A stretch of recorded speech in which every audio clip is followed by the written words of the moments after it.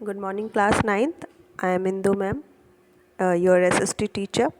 This year I will teach you English also along with SST. Okay. So I'm sure आप सबने book ले ली होगी और book ले ली होगी तो आपको पता होगा कि इसकी 4 सेट्स हैं SST के हमारे, history, geography, civics and economics, है ना। तो हिस्ट्री जो है हम हिस्ट्री से शुरू करेंगे अपना SST का। फर्स्ट चैप्टर हिस्ट्री का पढ़ेंगे हम, दैट इज़ फ्रेंच रेवोल्यूशन। बेटा इस साल हिस्ट्री में हमें वर्ल्ड हिस्ट्री पढ़नी है। 8th क्लास तक आपने ओनली इंडियन हिस्ट्री ही पढ़ी है, लेकिन 9th क्लास में हमें वर्ल्ड हिस्ट्री पढ़ने को मिलेगी।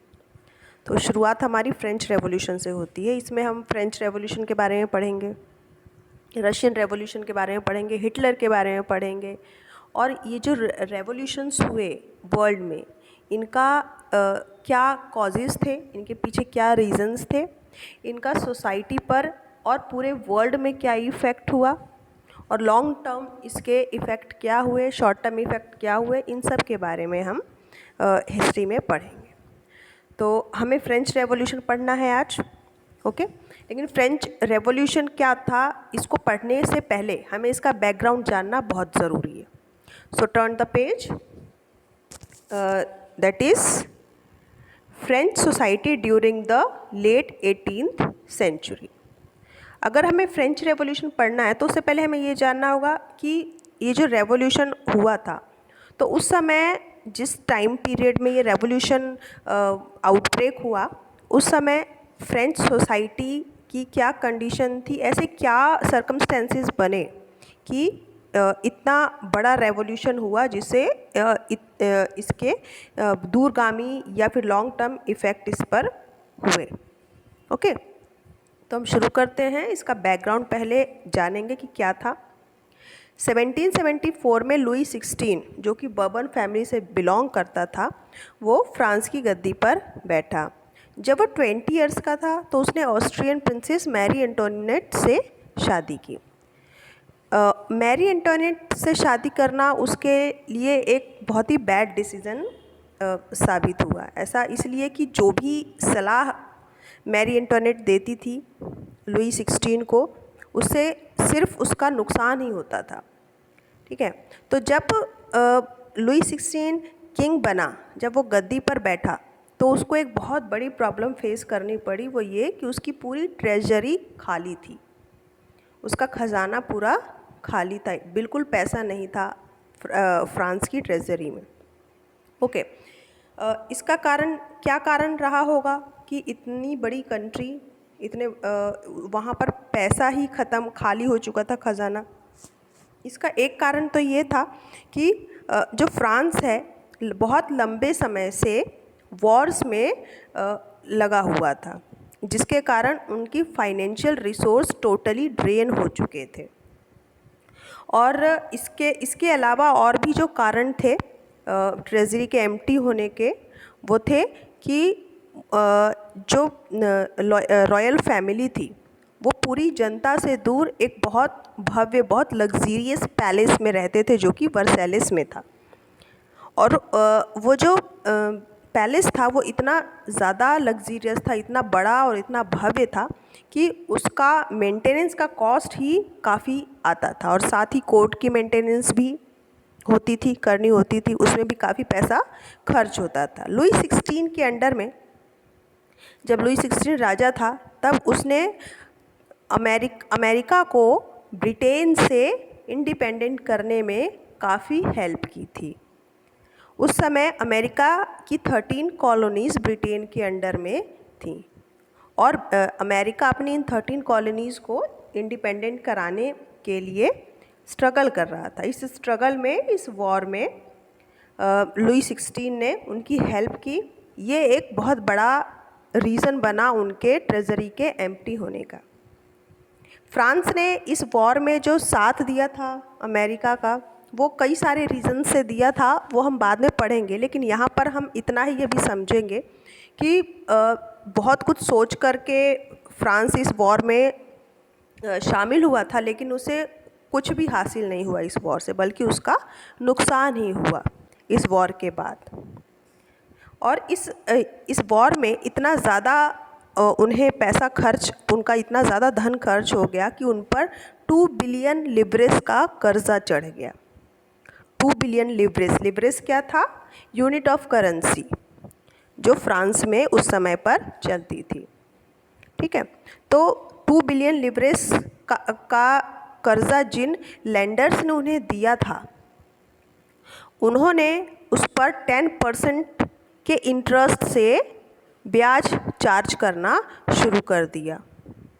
ठीक है, तो फ्रांस को अपनी बजट का एक बहुत बड़ा हिस्सा इंटरेस्ट के लिए ही पे करना पड़ता था। उनका काफ़ी सारा हिस्सा जो था बजट का, वो किस में जाता था? इंटरेस्ट पेमेंट करने में। तो जो उनकी रोज़मर्रा की ज़रूरतें थीं, अब उन्हें भी पूरा करना मुश्किल हो गया था। रेगुलर एक्सपेंसेस जो थे फ्रांस के क्या थे? जैसे कि आर्मी को मेंटेन करना, कोर्ट को मेंटेन करना, गवर्नमेंट ऑफिस की मेंटेनेंस करना, यूनिवर्सिटीज़ की मेंटेनेंस करना।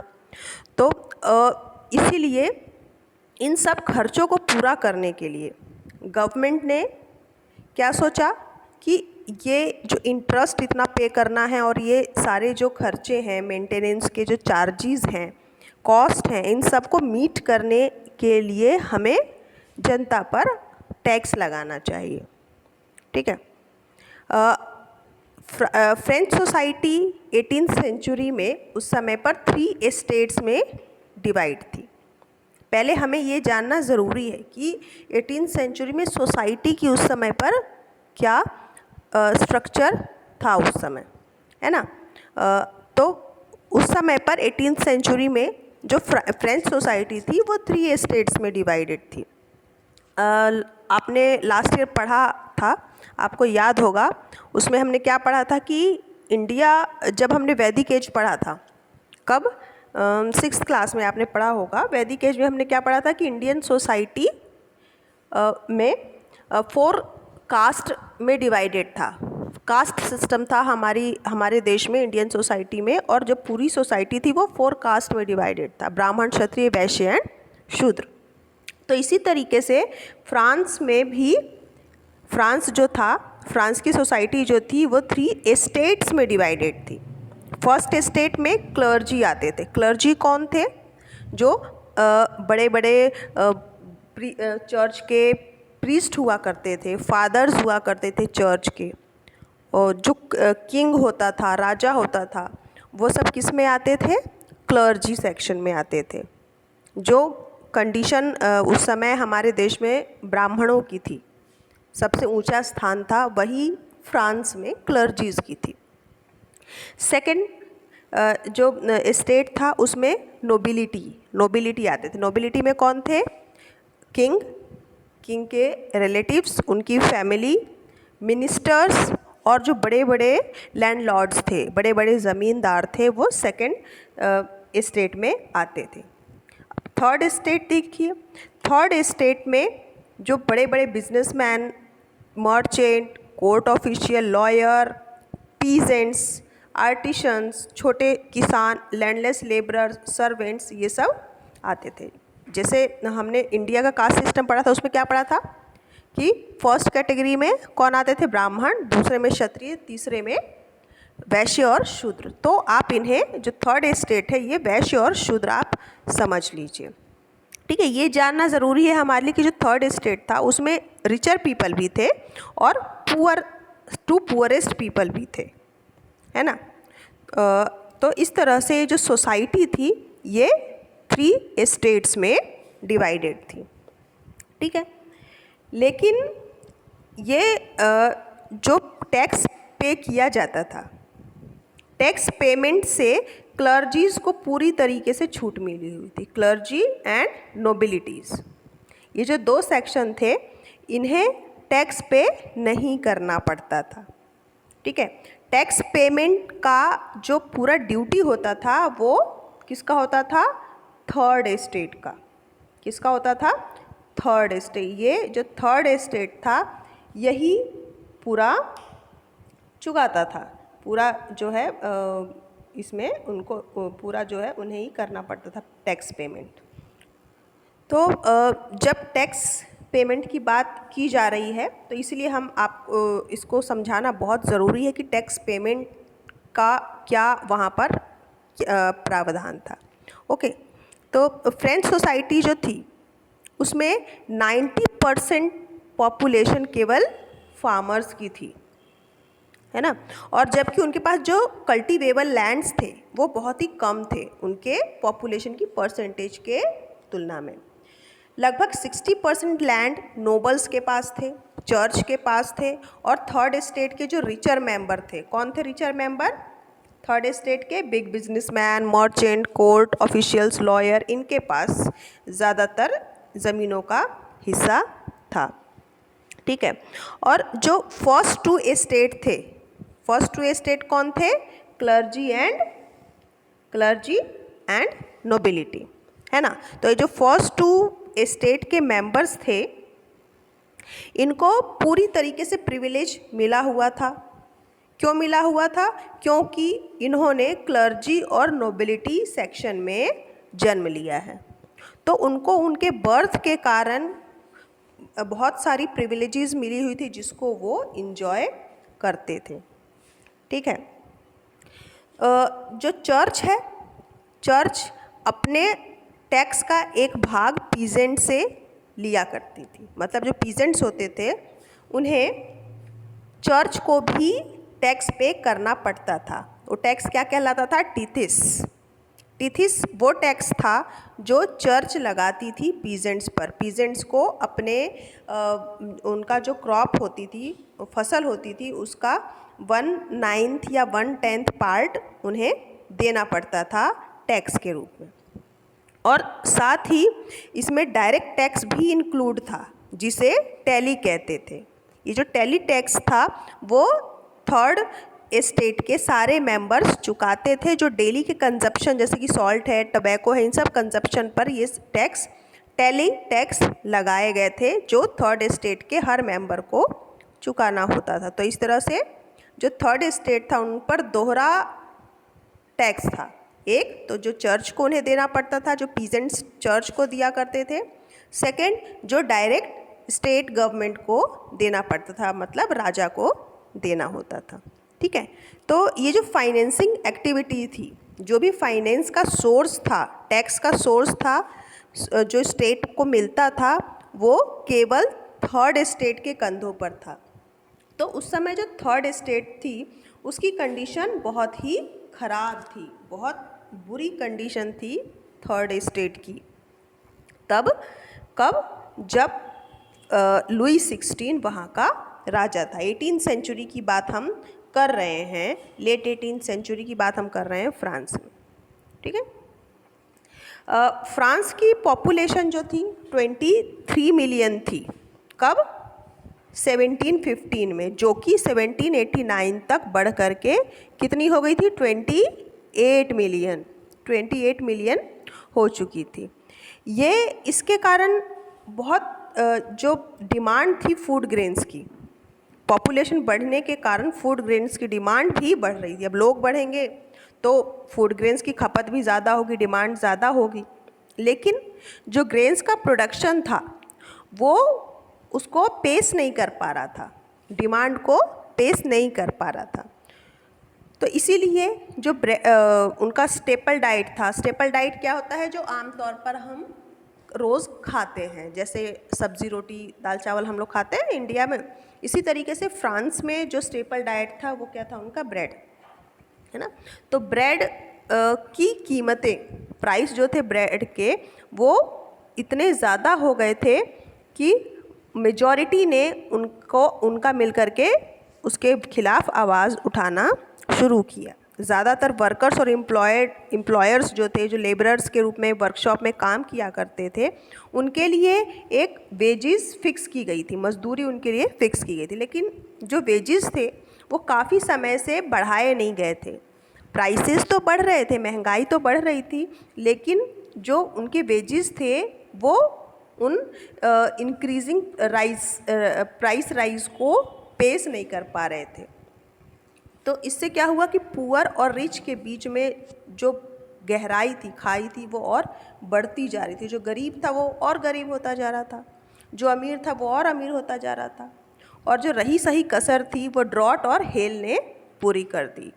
जब भी उसी बीच में अकाल भी पड़े वहाँ पर, और ओले भी गिरे, ड्रॉट और हेल के कारण वहाँ हार्वेस्ट और भी रिड्यूस होती गई, है ना। तो ये सारे रीज़न थे, ये कुछ रीज़न थे जिससे इकोनॉमिक कंडीशन जो थी फ्रांस की वो बहुत ही ख़राब हो गई थी। ट्रेजरी जो थी फ्रांस की ख़राब हो गई थी, और एक ये रीज़न बना फ्रेंच रेवोल्यूशन का।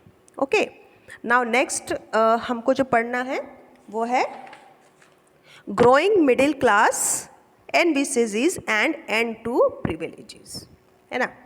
हमने क्या पढ़ा था पीछे कि पीजेंट्स और वर्कर्स जो थे उन्होंने 18th सेंचुरी में हमने क्या पढ़ा था कि सोशल ग्रुप जो थे उसमें सोशल ग्रुप में मिडिल क्लास का भी जन्म हुआ। एक मिडिल क्लास थी। हमने थर्ड स्टेट पढ़ा था, याद होगा आपको, मैंने आपको थर्ड स्टेट पढ़ाया था। थर्ड स्टेट में हमने क्या पढ़ा था? थर्ड स्टेट में कि इसमें जो मेंबर थे थर्ड स्टेट के वो रिचर भी थे और पुअरर भी थे। कुछ इसमें लॉयर्स थे, कोर्ट के एडमिनिस्ट्रेटिव ऑफिशियल्स थे, ये भी थे, और साथ ही इसमें गरीब किसान भी थे, मजदूर भी थे, है ना। तो ये जो पढ़ा लिखा वर्ग था, जो शिक्षित लॉयर और एडमिनिस्ट्रेटिव ऑफिसर्स थे थर्ड सेक्शन में, इन्होंने मिडिल क्लास को जन्म दिया। इन्होंने मिलकर के मिडिल क्लास बनाया, एक नया सोशल ग्रुप बनाया जिसे मिडिल क्लास कहा गया, जो अपना धन खुद ही कमाता था। कैसे? ओवरसीज ट्रेड से, दूसरे समुद्री व्यापार से, समुद्रों के रास्ते दूसरी जगह पर जा कर के गुड्स को सेल किया करते थे और ट्रेड किया करते थे, गुड्स को मैन्युफैक्चर करते थे, जैसे कि वुलन, सिल्क, टेक्सटाइल और भी बहुत सी चीज़ें होती थी जो वो उस ट्रेड किया करते थे, एक जगह से दूसरी जगह, एक देश से दूसरे देशों में पहुंचाया करते थे, खरीदा और बेचा करते थे। तो ये जो थे ये इस सोसाइटी के रिचर मेंबर थे, है ना। मर्चेंट्स, मैन्युफैक्चरर और साथ ही प्रोफेशनल्स भी थे इसमें, जैसे लॉयर, एडमिनिस्ट्रेटिव ऑफिशियल, ये सब एजुकेटेड थे और ये इस बात में विश्वास करते थे कि सोसाइटी में बर्थ के आधार पर, जन्म के आधार पर किसी को भी प्रिविलेज लेने का कोई अधिकार नहीं है।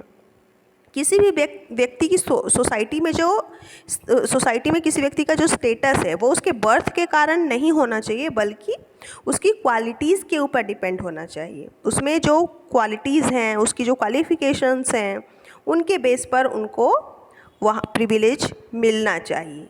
ये जो आइडियाज़ थे सोसाइटी में वो फ्रीडम और इक्वल लॉज पर बेस्ड थे और सबके लिए बराबर के अवसरों पर बेस्ड थे। इसी ग्रुप में कुछ फिलोसोफर्स भी हुए, जैसे कि जॉन लॉक और जीन जैकिस रूसो। इन फिलोसोफर्स ने जो आइडियाज़ दिए, इनसे लोगों में जागरूकता आई। लोगों ने जब उनके आइडियाज़ को पढ़ा, सुना, समझा, तो फिर उनके अंदर एक आग सी हुई कि हम क्यों इतने परेशानियां झेलें। और एक ये जो फर्स्ट और सेकंड स्टेट का जो सेक्शन है, ये क्यों इतने प्रिविलेजेस ले, क्योंकि इनका बर्थ फर्स्ट और सेकंड स्टेट में हुआ है तो इन्हें प्रिविलेजेस मिले, ऐसा क्यों है। इसके लिए उनके अंदर ये अवेयरनेस आई। टू ट्रीटीज ऑफ गवर्नमेंट, ये बुक लिखी है जॉन लॉक में। इस बुक में उन्होंने doctrine of divine and absolute right of monarch, ये जो आइडिया है इसको इन्होंने रिफ्यूज़ किया है। मतलब जॉन लॉक ने इस बुक में जो आइडिया दिया है, क्या आइडिया दिया है कि राजा को कोई डिवाइन पावर नहीं मिलती है, ऐसा कोई उसको अधिकार भगवान ने नहीं दिया है कि वो सबसे ताकतवर है और वो जो चाहे कर सकता है। रूसो ने भी इसी तरह के आइडियाज़ को फॉरवर्ड किया और उसके जो आइडियाज़ थे उसके अकॉर्डिंग उसने क्या बताया, रूसो के आइडियाज़ क्या थे कि जो गवर्नमेंट है वो सोशल कॉन्ट्रैक्ट के बेस पर होना चाहिए। लोगों का जो राजा है और प्रजा है, किंग है और पीपल है और उनके रिप्रेजेंटेटिव है, उनके बीच में सोशल कॉन्ट्रैक्ट होना चाहिए और उसी के बेस पर गवर्नमेंट को फॉर्म किया जाना चाहिए। The spirit of laws, Montesquieu ने जो ये बुक लिखी है उसमें उन्होंने पावर के डिवीज़न को प्रपोज किया, डिवीज़न ऑफ पावर को प्रपोज किया। इसमें division of power between the government, between the legislative, the executive and judiciary. क्या बताया कि गवर्नमेंट की पावर्स को 3 पार्ट्स में डिवाइड कर देना चाहिए, 3 सेक्शन में डिवाइड कर देना चाहिए, लेजिस्लेटिव, एग्जीक्यूटिव एंड जुडिशरी। ठीक है, जो कि इस समय पर इंडिया में है ना। ये जो मॉडल था गवर्नमेंट का वो यूएसए में सबसे पहले फोर्स किया गया था।